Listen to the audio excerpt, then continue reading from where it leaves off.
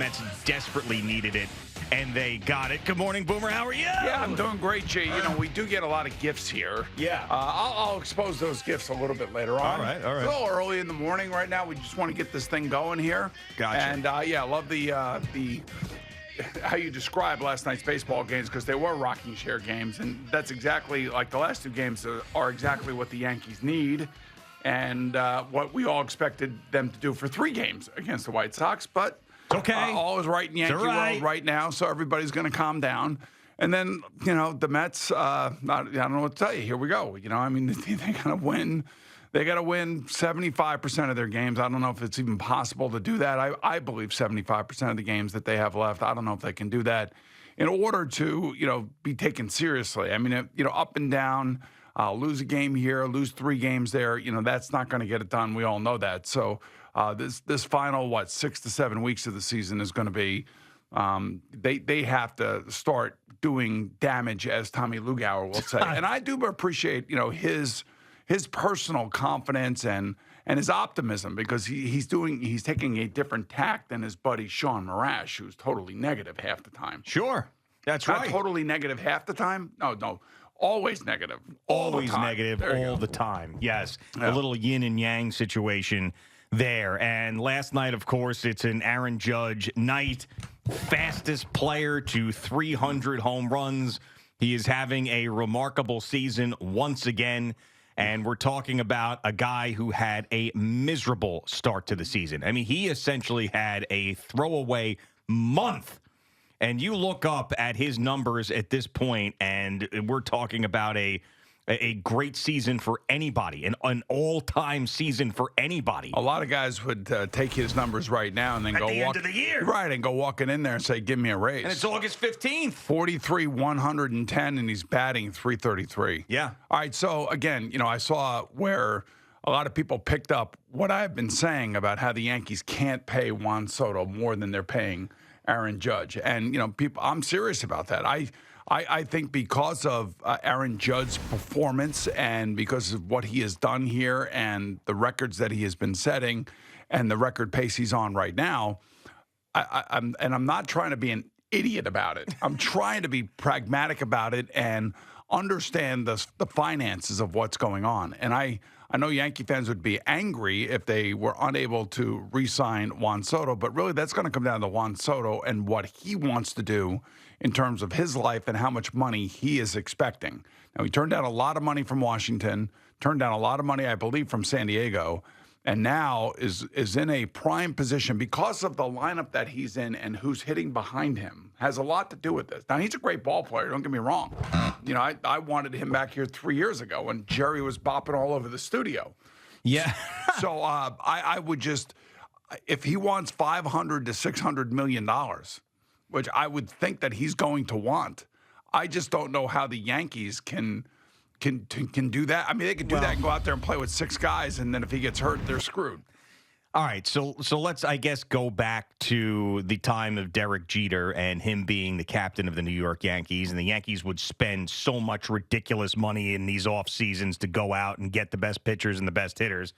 And inevitably, he was not the highest paid player on the team. Let's face it, A-Rod wanted to come here.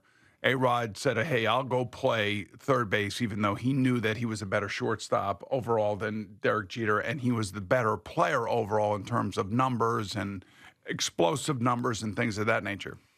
I know that's blasphemy for Yankee fans to hear, but it's true. And Derek Jeter, they went to him and said, what do you think? And he said, fine, because he was the captain, and he knew that A-Rod would make the team better.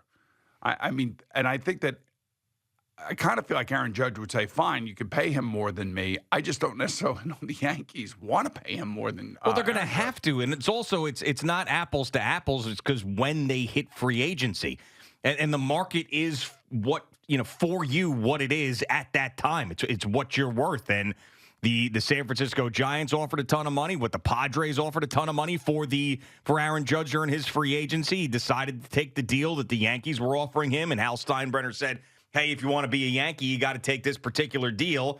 And he did. So if you went up to Aaron Judge and said, all right, Juan Soto could be a Yankee, but he's going to be paid more than you, he would say, fine.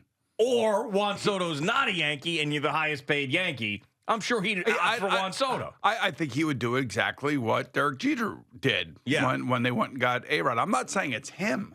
Right. I'm saying what it is. It's the reality of how much money Juan Soto is going to command. And right now, I was looking at Spot Track, and Spot Track estimates different amounts of numbers, and you look into the future and you see what the contracts are, and we all know what the contracts for the Yankees are. I mean, the Yankees will have close to $90 million before they hit the tax threshold next year, I believe.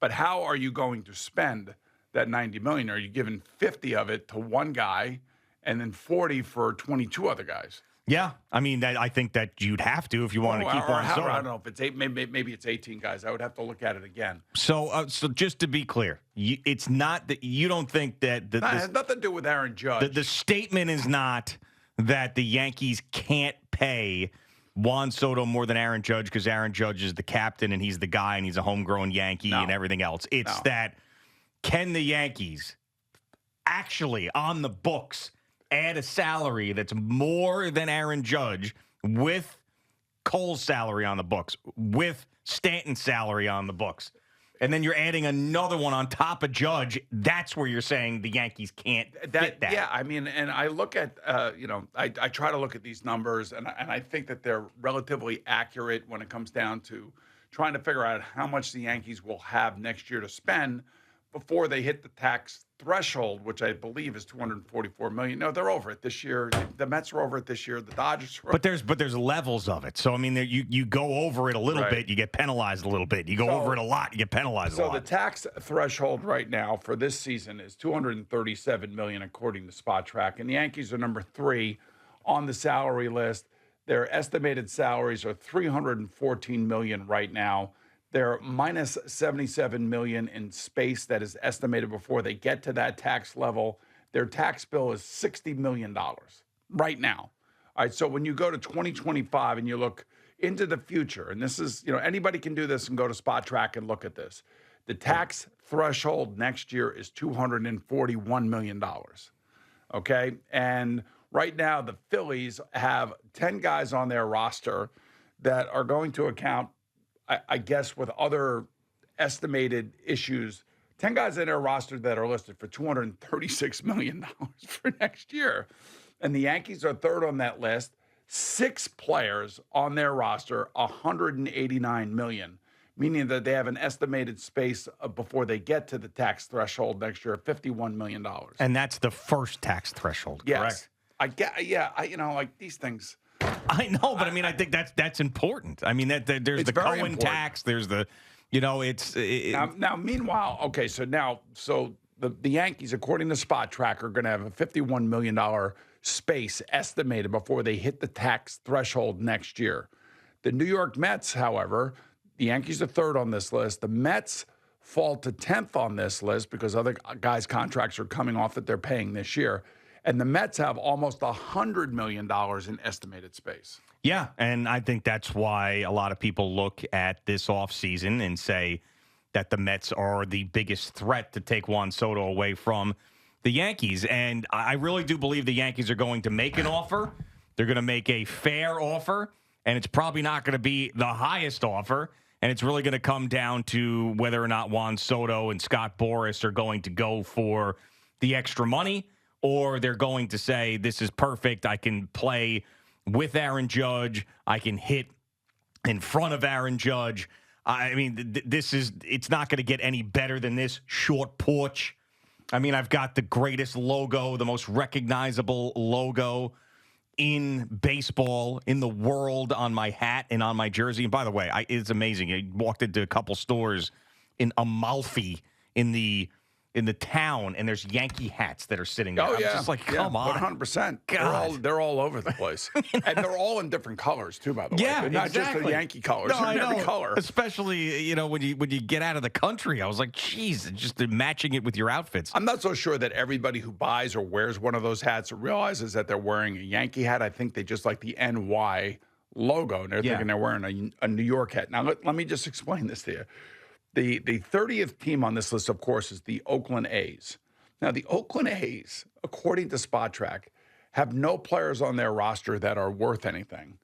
And they have $21 million committed to players, I guess, that are, that could be player benefits or whatever. It might be the floor, too. That might be the salary floor. Right, exactly. So they have $219 million available. So maybe they'll go for Juan Soto. Yeah, I think so. It'd be perfect. But you know who's number 29 on this list is the Baltimore Orioles. Well, they got a lot of young players. They do. And also, so I was looking at other teams that may make a run with the amount of money that they have available. You could see Toronto going. You could see Boston. You could see St. Louis. You could see the Angels, I guess. Seattle has money available next year. And that's could that be a Robbie Cano situation? Because, the state of Washington, no income tax. State income tax, that is. I don't know. There's probably about 5 or 6 teams that will try to land Juan Soto, I would think, that will put a lot of pressure on the Yankees to have to come up with the money if they want to keep him. Yeah, and I think that the Yankee fans and the Yankees themselves bank on the idea that it's the best place to play and you can't compare the organization to anything else. And there is some truth to that. And I think it's 100%. But I also, and the reason I say there's some truth to it is I also think that a guy who's turned down a lot of money in the past and has waited for this moment and is in his absolute prime to hit unfettered free agency is for him not to take the highest deal if it's significant money would be shocking to me. And I don't want to hear this from somebody. He should take less in order to play on a better team, and he should take less, and he should be deferring. When I say deferring, not deferring money, but deferring to the captain of the Yankees. I don't want to hear that. His job is to get as much money and raise the stakes for everybody else. That's what his job is. Number one job is to win with the Yankees and perform for the Yankees, which he has been doing. And we all see it, and we all see how great he is. But it also, on the other side of it, the business side of it, and I always tell you this, they have to get as much money as they possibly can, and they have to raise the bar for everybody else coming behind them. Yeah, and I think Scott Boras and his offseason, his past offseason, that was a miserable one for him. And I think that the owners and the GMs were chuckling at the fact that it was probably the worst Scott Boras offseason in the history of him being an agent. That factors into this as well. I know one thing. The Mets, if the Mets go after him, they're not bringing back Pete Alonso.